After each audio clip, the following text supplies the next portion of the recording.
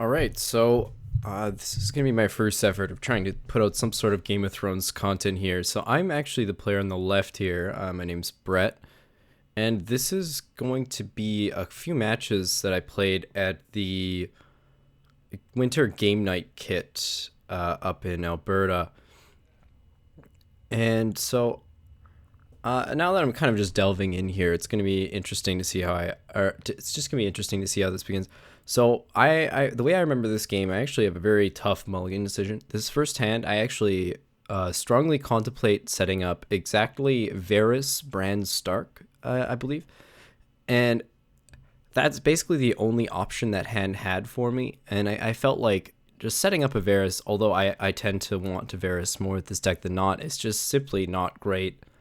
So I think about it for a while and then end up shipping it back. My opponent kind of throws his cards on the table. I believe he's not supposed to do that until after I've chosen to take mulligans, but it's really not impacting my decision here. I kind of knew I was throwing away those two.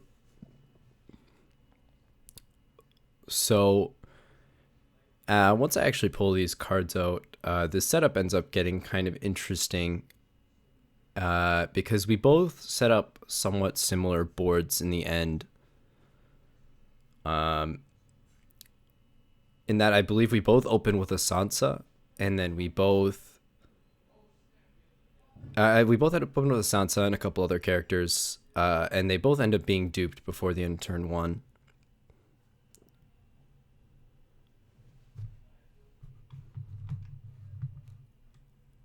So we're just chatting a bunch.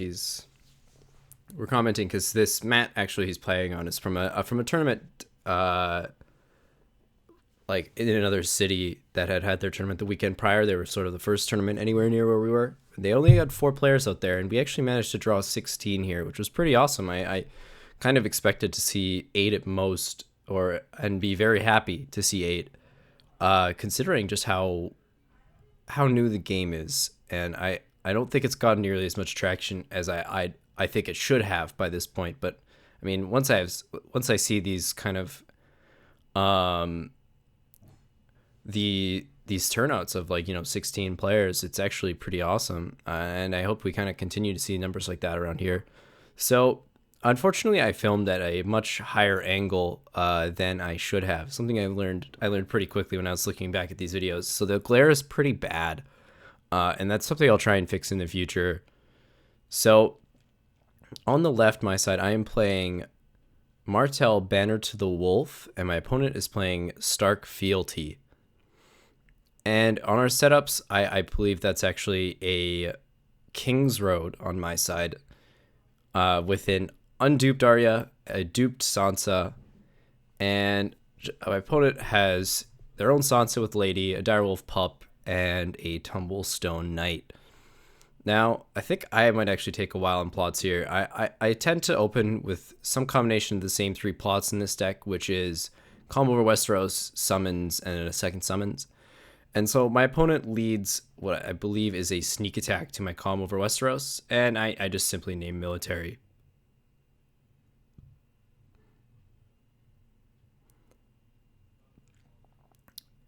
And so I'm actually pretty happy here. My opponent leading with sneak attack is actually pretty nice for me,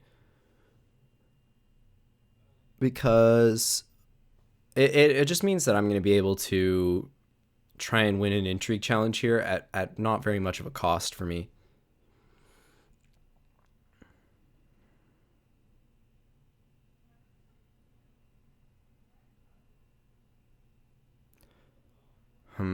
Oh, maybe that isn't a calm or a sneak attack. I think I might be correct. That might actually be a noble cause.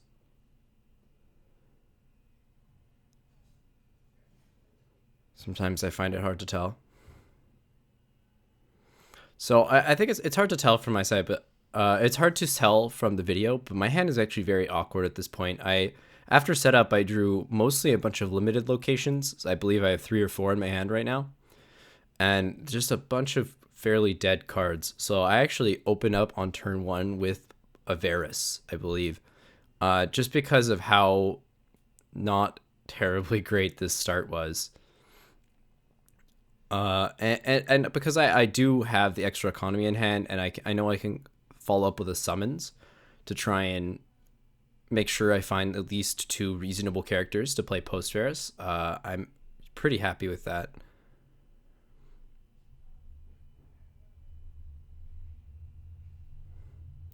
I do think I think about it for a little bit though.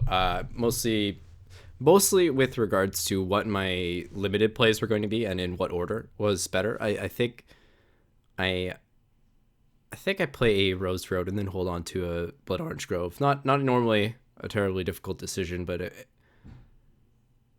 unless I was missing, unless there was a King's Road in my hand that I was contemplating. So it's mostly me trying to decide if I want to try and fight this board now or just clear it and start again.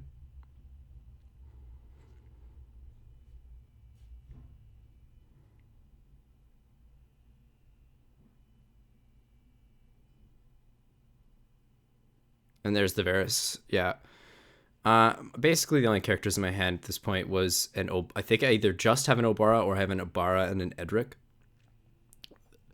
And yeah, I'm just was trying to sequence my limiteds. So I had access to all three there. I had a King's Road, Rose Road, and two Blood Orange Groves. So it was just trying to figure out whether or not I wanted the goal, which effect I wanted coming into next turn.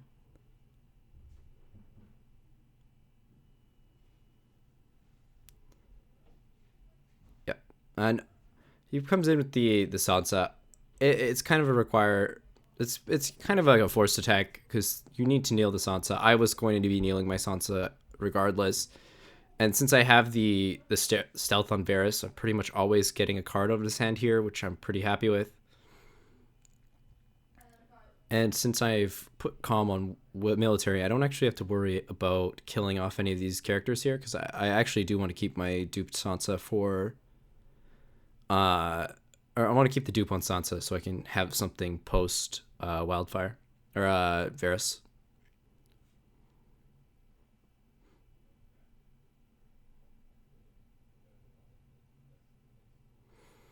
So I get lucky and he overcommits a bit, and I am able to just use both of my stealth characters, getting a pair of unopposed challenges. And since I don't really need any I don't need to control the board here at all. It's completely fine to not really have a military icon on board. So I'm going to lose dominance, which is fine. I'm usually not terribly worried about power totals on the early turns of the game because most decks can't rush out before I can establish a bit of a lock.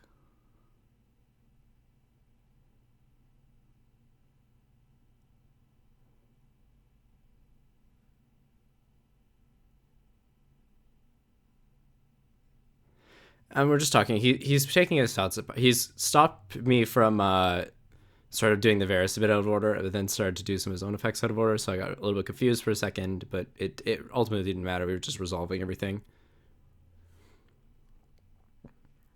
And here I don't really have many options. I considered momentarily playing a Marched, and I think I might.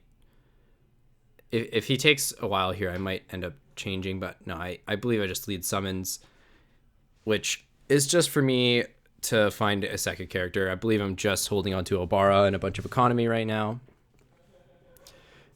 And fortunately, I have that King's Road in play. The one initiative does give me the ability to go first here in the summons versus noble cause.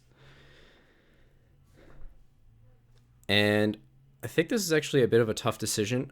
No, I actually believe I end up taking a Nymeria here. If there is one in that pile. Because this is where I think this is the part of the game where this Nymeria really shows how powerful she is. Whether or not I get her off this summons or if I play her during this turn. Nymeria ends up kind of showing why she is such a powerhouse character.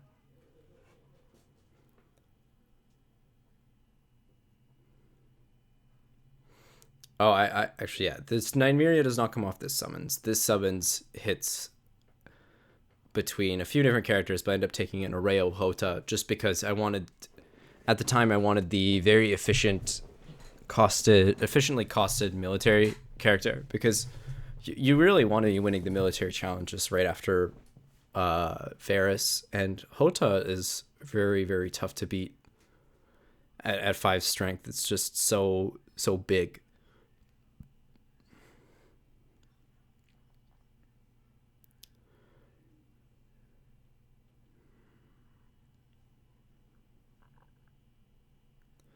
But this tournament ended up being a very fun event in the end. We had such a big turnout, and a lot of different decks did manage to show up. The event was eventually won by Baratheon and Fealty. So it wasn't necessarily the most exciting results wise, but I did play second with this list I'm running here, which it involves just sweeping the board quite a bit, and then being the better suited deck to rebuild.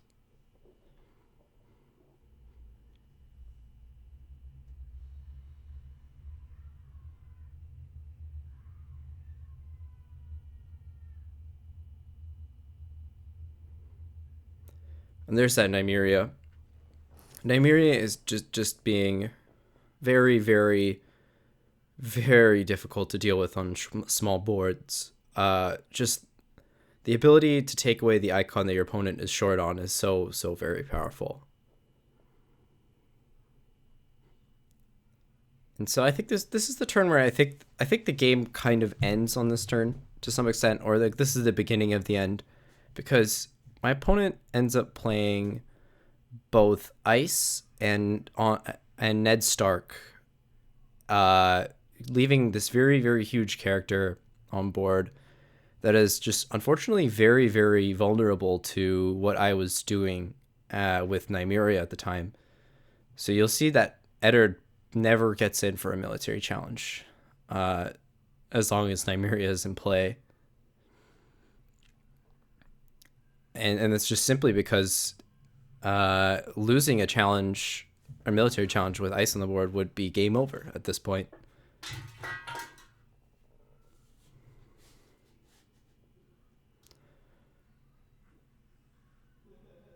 Yeah, Fealty in his last turn throws the Ice on Ned, which again works out very well for me in the end, but is really scary in the short time. So I'm actually not too worried. Neither of us have a terribly large amount of power, so I do want to continue playing like the card and board advantage game. I'm not really worried too much about power challenges here. So I believe I end up sneaking in a couple, or just tying up the intrigue challenge on his Sansa because I'm so far ahead in hand, and then getting an unopposed military challenge by removing Ned's icon.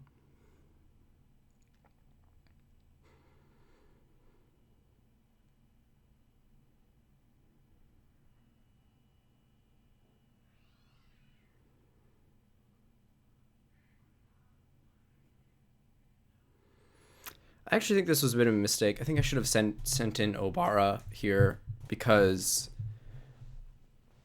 Obara can still defend power while knelt, and I just get the extra point through for dominance.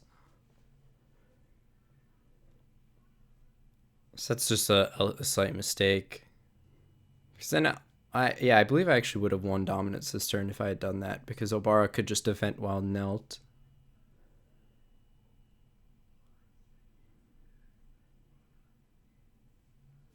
Yeah.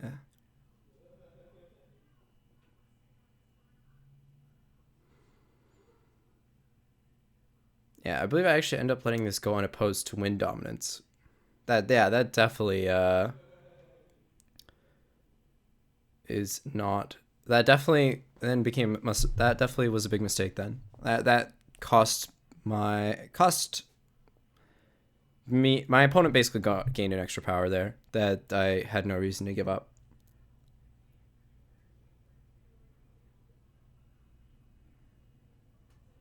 I think he must have missed the renown on Ned, because I believe he should have a single power on there as well.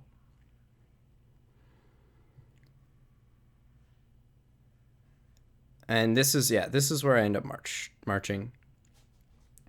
So again, with the way this board is panned out, my opponent has just a single card in hand. This is especially brutal because my opponent can't effectively put through a military challenge and get that net off. And so my opponent plays a Headset Spikes, and unfortunately hits probably, I guess there's probably three cards that would have been unfortunate for my opponent to hit. The tiers that they did hit. Then I have the Little Finger, which you can see, and then there's an Arreo Hota somewhere in the works. But at this point, my opponent has 3 cards to my 7 at this point, and I'm feeling pretty confident in my chances. You might see in my hand an interesting card, and that's Indoran's Name. I'm not sure how easy it is to see in the resolution, but I actually found that Indoran's Name was surprisingly impressive for me over the course of the tournament. At 2 to 3 gold, it already felt fine, because again, I'm trying to gain advantage in my hand and then play... I'm trying to gain card advantage and then translate to board advantage very quickly, and then Indoran's Name is just a very good card at doing that. You might notice that I played a very early Indoran's Name just in the middle of my turn, and this confused my opponent at the time, but it was just another way for me to really push ahead on board right away. So now I have the Gaston Gray, so this net is really not looking great, and on top of that I get to delete a military icon this turn. Things are looking great for me. Also important is that all the plots I've been playing since Varus have fortunately allowed me to gain initiative, because going first is so incredibly important when you're trying to make those military challenges immediately after sweeping the board.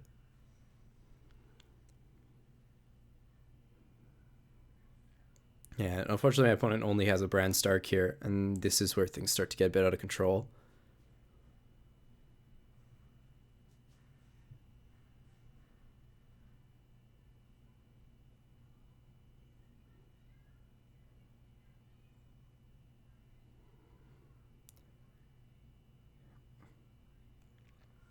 My opponent's making sure I'm not simply cheating when I'm telling him that Nymeria does just steal icons. And unfortunately, this Ned has been nullified more or less every turn.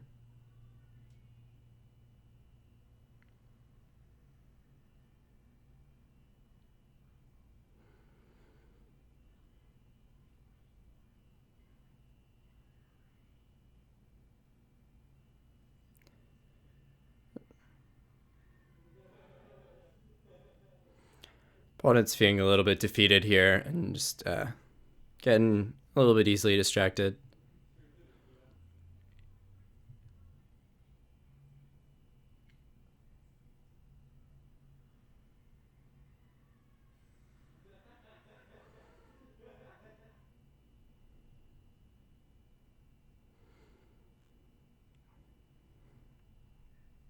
Yeah, and unfortunately there goes Bran.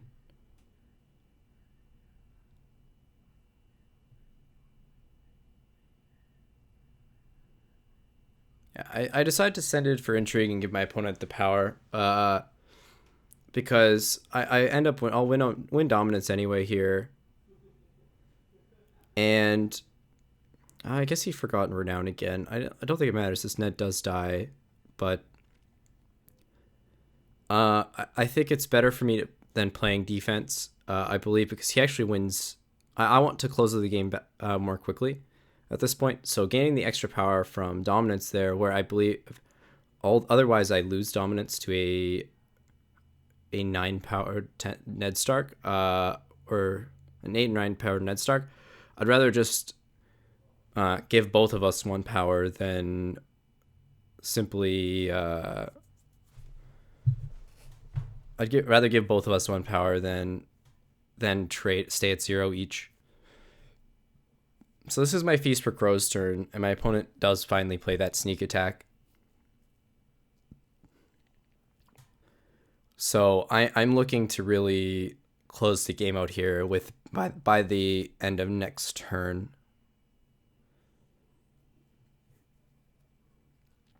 Because I do have a fairly stocked hand. My opponent's more or less playing off the top of their deck.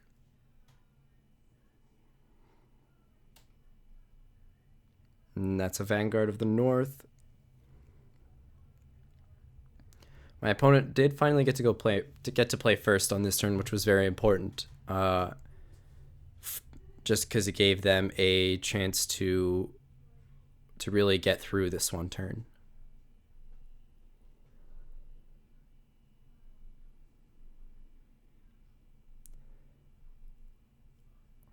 Unfortunately, I do have a lot of gold and a lot of things to do here, so get to duplicate Nymeria first off, and then I run out a few other characters as well.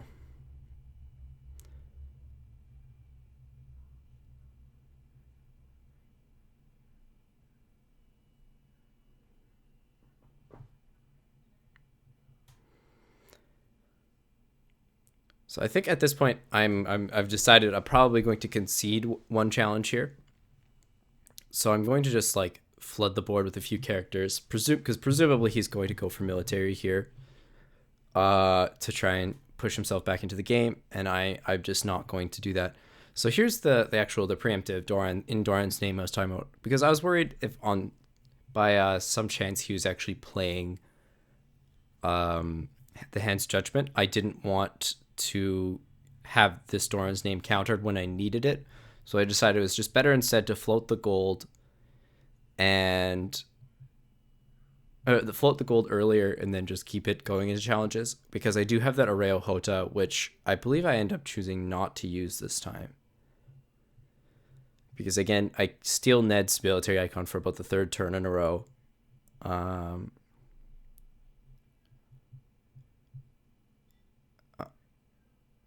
Yeah, I had forgotten to move the green blood up into a row, and just because I had just been playing so many things and my board was slightly too thin to accommodate.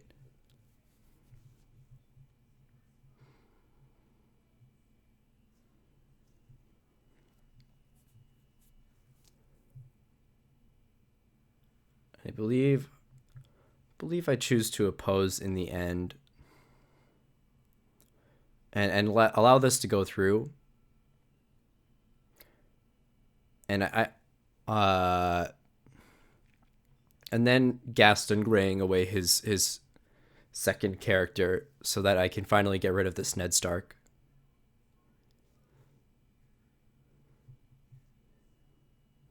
So I think this is kind of where the game is obviously pretty out of hand for my opponent.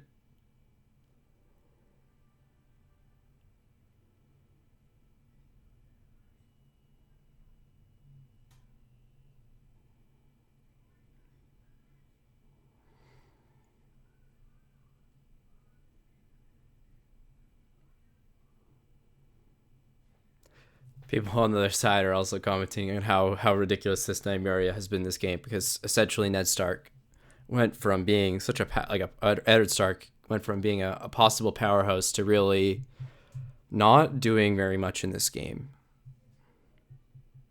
Ended up hitting the Vanguard on the north on the intrigue beyond that, just to add a little bit of insult to injury there, as I do win 3 dominance this turn from Feast for Crows, and I believe at this point my opponent basically concedes, accepting the fact, I'm up at 11 power to his 6, and I have 4 characters on board and a bunch of economy to his very, very thin board at this point, and he simply doesn't have the ability to get back onto this board in a meaningful way quickly enough. As I play my next summons, he wildfires, I say goodbye Arya, and I just quickly search for another character. I actually at this point don't have any other relevant plots to play, but that's when the game is going as well as it is right now, then that tends to be fine. So I choose a brand. I think brand is just the insurance that the game ends this turn. I it might seem like overkill, but I'm just making sure that in this turn there's absolutely no combination of cards I can lose to.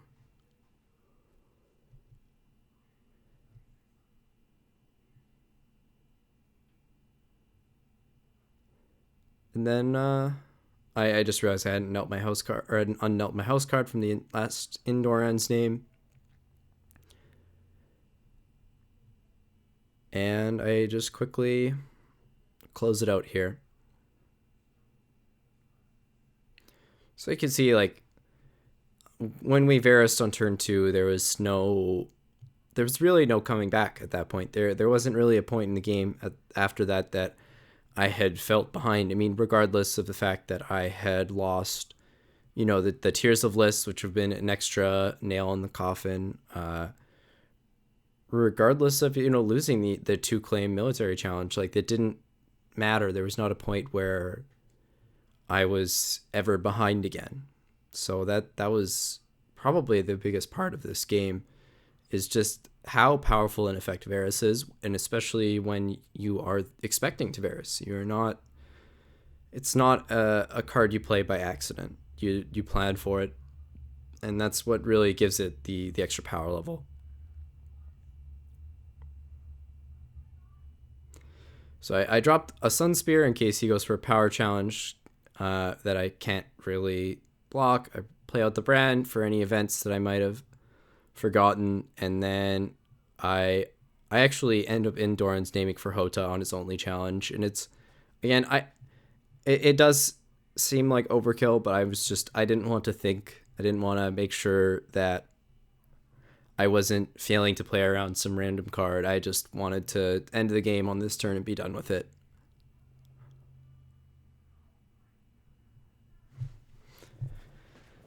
So interestingly enough, that summons Tota never made it into play until the very last turn of the game, despite me having him around since about turn 2. And my opponent's just kind of very just out of it, kind of up. Like, it was not there was not a point in the game past turn 2 where the board seemed particularly favorable for him, and definitely the draws didn't work out very well for him. He's only been marshaling a single character a turn for the last several turns, and most of them have been eaten up right away. And this is just the Hota, I just don't want to be losing to something weird.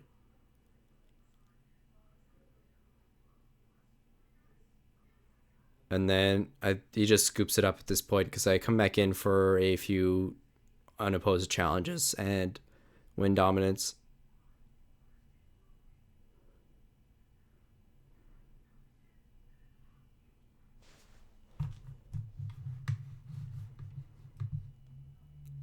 So it ended up being like it ended up not being a very close game after the Varus triggered on turn 2. And we're just talking about the board state there, and I'm just like trying to think about I was talking about how I was just thinking about making sure that the game ended on this turn, because I don't want it to go to another turn. There could be something weird coming up.